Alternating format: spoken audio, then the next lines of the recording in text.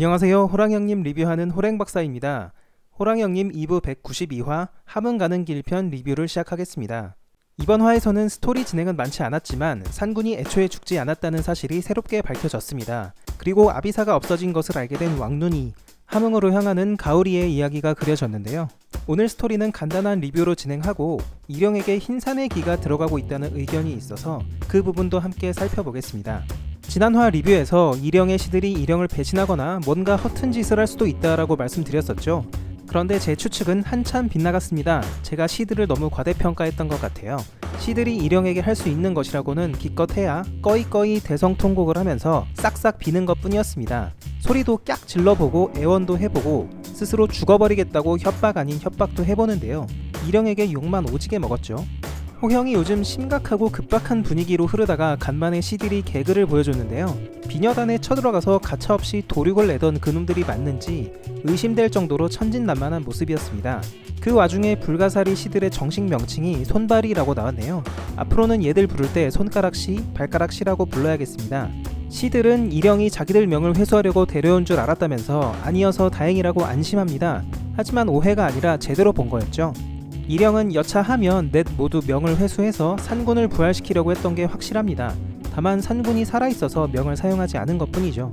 일영의 말에 따르면 산군은 애초에 죽지 않았던 것 같은데요. 율죽의 심장을 찔린 산군이 어떻게 살아있는 걸까요?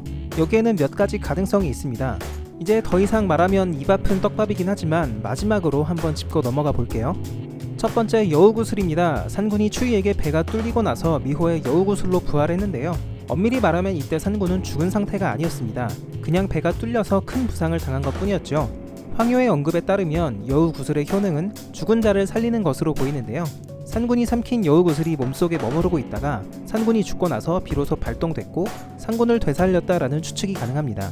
두 번째 가능성은 재생벌레입니다. 살아서 팔딱팔딱 뛰는 재생벌레를 산군이 통째로 삼킨 장면 때문에 많은 독자분들이 산군은 재생벌레로 부활할 것이다 라는 가능성을 제기하셨죠. 물론 현재도 유효합니다. 산군의 몸을 보면 만신창이가 됐던 몸의 상처가 깨끗하게 아물어 있습니다. 아무 조치도 안 하고 그냥 뒀는데 몸의 상처가 깨끗하게 아물어 있다면 재생벌레의 작용일 가능성이 있죠. 마지막으로 술법으로 인해서 장기의 위치가 뒤틀렸을 가능성입니다. 울라가 산군의 심장에 율죽을 박았지만 장기가 뒤틀려서 심장에 비껴 맞았기 때문에 살아있을 가능성이 있다는 것이죠. 그런데 이 의견에 대해서는 저 개인적으로는 다르게 생각합니다. 산군이 일영과 싸울 당시에 잠시 동안 죽었던 건 맞지 않나 싶은데요. 당시 산군이 스스로 끈을 놓고 죽었다는 일영과 시들의 언급이 있었기 때문이죠. 그래서 개인적으로는 그때 잠깐 죽었다가 여우구슬이던 재생벌레던 제3의 힘으로 살아났을 가능성이 높지 않을까 생각합니다. 한편 시라무렌의 성 외곽에 머물고 있는 닥스로 화면이 전환됩니다. 닥스는 몇 화 전에 시라무렌의 성에 들어가지도 못하고 쫓겨났었죠. 그 뒤로 외곽에서 은신하면서 일영을 감시하고 있었던 것 같습니다. 일영이 얼음굴에 들락날락하는 수상한 행동도 쫓고 있고 일영이 침범했다는 시라무렌 영토의 경계도 샅샅이 수색하고 있죠. 하지만 아직 이렇다 할 증거는 찾지 못하고 있습니다. 닥스는 일영의 말이 이상한 점 투성이라는 것을 알고 있죠. 일영이 거짓말을 하고 있다고 확신하고 있습니다. 일영의 거짓말 때문에 시라무렌이 위기에 처한 상황이기 때문에 그에게 접근해서 도움을 주려고 하죠. 시라무렌도 일영이 자신에게 잘못을 뒤집어 씌우고 있는 이 상황을 반전시키려고 이를 갈고 있습니다. 그러려면 일영이 거짓말을 하고 있다는 명확한 물증이 필요한데요. 닥스가 결정적인 도움을 주게 될 것 같습니다. 그럼 일영이 어떻게 거짓말을 했는지 다시 한번 볼까요? 히야와 니루어저는 흰눈썹의 성에서 시라무렌의 힘을 사용해서 대방떼를 막아낸 뒤에 일영을 피해서 도망갔습니다. 그리고는 영토의 안까지 들어갔지만 봉화를 피우지 못했고 결국 일영에게 죽고 말았죠.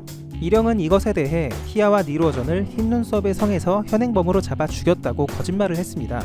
둘을 죽인 장소에 대해서 거짓말을 했죠.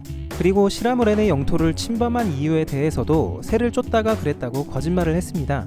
만약 닥스가 히야와 니루어전이 죽은 장소는 흰눈썹의 성이 아니다 라는 것을 밝혀낼 물증이 있다면 거짓말을 뒤집는 게 가능할 겁니다. 더 나아가서 시라무렌의 영토 내에서 죽었다는 증거를 찾아낸다면 일영은 꼼짝없이 거짓말한 걸 들키게 되죠.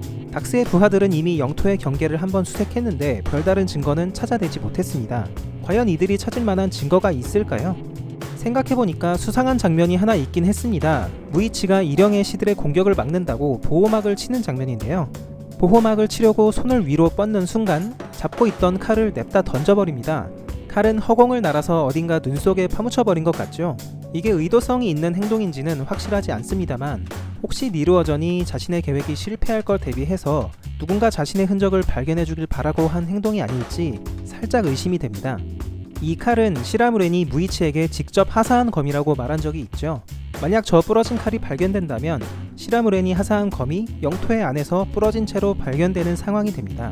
이령은 흰눈썹의 성에서 진과 무이치를 죽였다고 했는데요. 새빨간 거짓말이 드러나게 되는 거죠. 그리고 시라무렌의 영토 안까지 들어가서 니루어전을 죽여야만 했던 이유를 추궁받게 될 겁니다.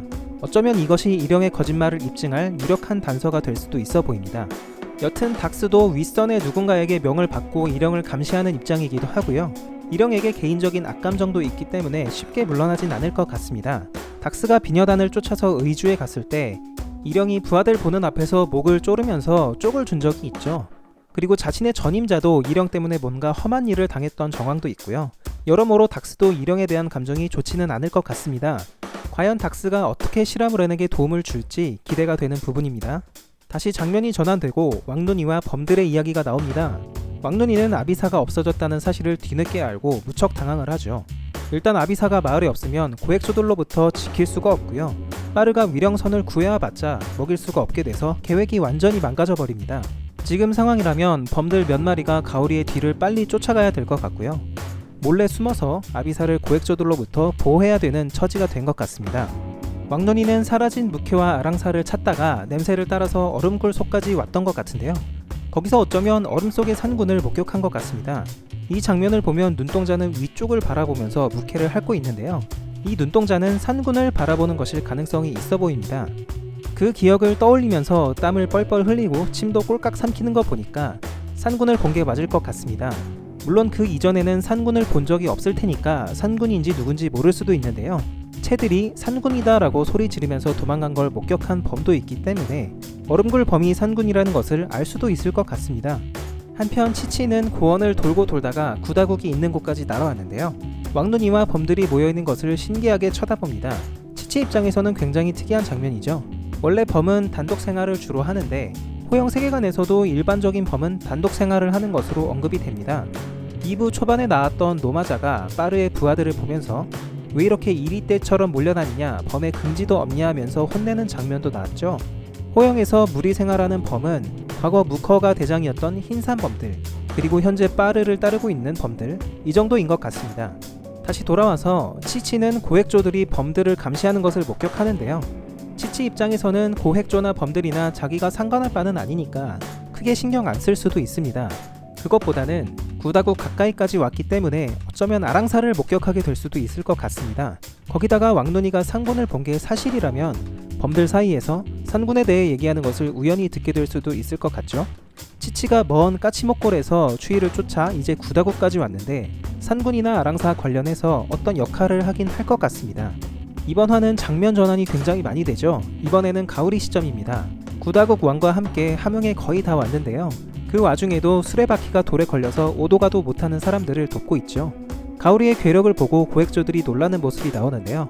마지막 장면에서 왠지 고액조가 변장한 걸로 보이는 이상한 여자가 나옵니다. 가오리의 착한 심성을 이용해서 접근하려는 것 같은데요. 가까이 오면 뭔가 수를 써서 아비사를 뺏으려고 할 것 같습니다. 예를 들어서 예전에 아비사를 잠재웠던 것처럼 최면수를 순식간에 걸어버린다든지 하면 가오리가 당할 수도 있죠. 과연 다음 화에서 고액조들이 어떤 꾀를 부릴지 궁금하네요. 이번 화 댓글 반응도 함께 보시겠습니다. 먼저 이령에게 명을 회수당할 뻔했다가 살아난 시들에 대한 얘기가 많았습니다. 앞만 봐도 이령이 진짜 명을 회수하려고 데리고 갔다가 상군이 살아있어서 회수를 안 한 건데요. 시들은 이령이 자기를 생각해준 줄 알고 엄청 고마워하죠.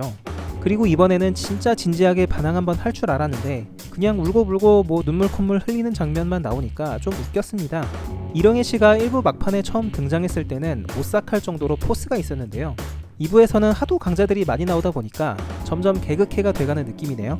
다음 댓글은 이령에 대한 얘기입니다. 이령이 얼음굴에서 나오면서 후욱 하면서 하얀 기가 감싸는 장면이 나오는데요. 이것에 대해서 흰산의 기가 이령을 감싼 것이다 라는 추측을 하신 거죠. 사실 이 부분은 저도 정말 그런 건가 싶기도 해요. 분명한 건 저 후욱 하면서 하얀 연기가 감싸는 장면은 특정 캐릭터들 대상으로 자주 나왔었습니다. 가장 많이 나온 것은 무커입니다. 먼저 생각나는 장면은 이 장면이네요. 나주가 흰산을 탈출했을 때 무커가 구하러 갔었죠. 얼마 가지 못하고 쓰러져 있는 나주를 무커가 물고 오는 장면인데 여기서 하얀 연기가 무커를 감싸는 장면이 나옵니다. 효과음도 훅훅 비슷하죠. 근데 이건 숨소리 같기도 한데 여튼 계속해서 연기가 뿜어져 나오는 것을 볼 수 있습니다.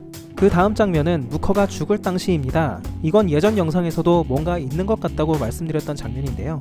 무커의 숨이 끊어지는 순간에 하얀 연기가 온몸에서 뿜어져 나옵니다.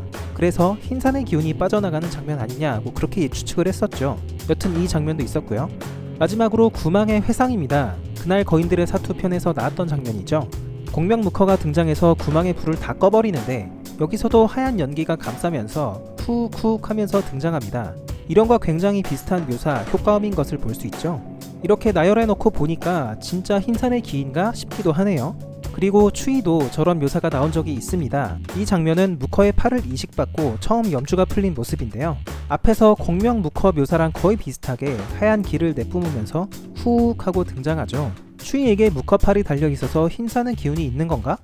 그렇게 보기는 조금 애매한 것 같긴 한데요. 여튼 그냥 캐릭터가 등장할 때 을에 그려지는 묘사인 것 같기도 하고요. 흰산의 길을 묘사한 것 같기도 하고 판단하기가 어렵네요. 아직은 조금 더 지켜봐야 될 부분인 것 같습니다.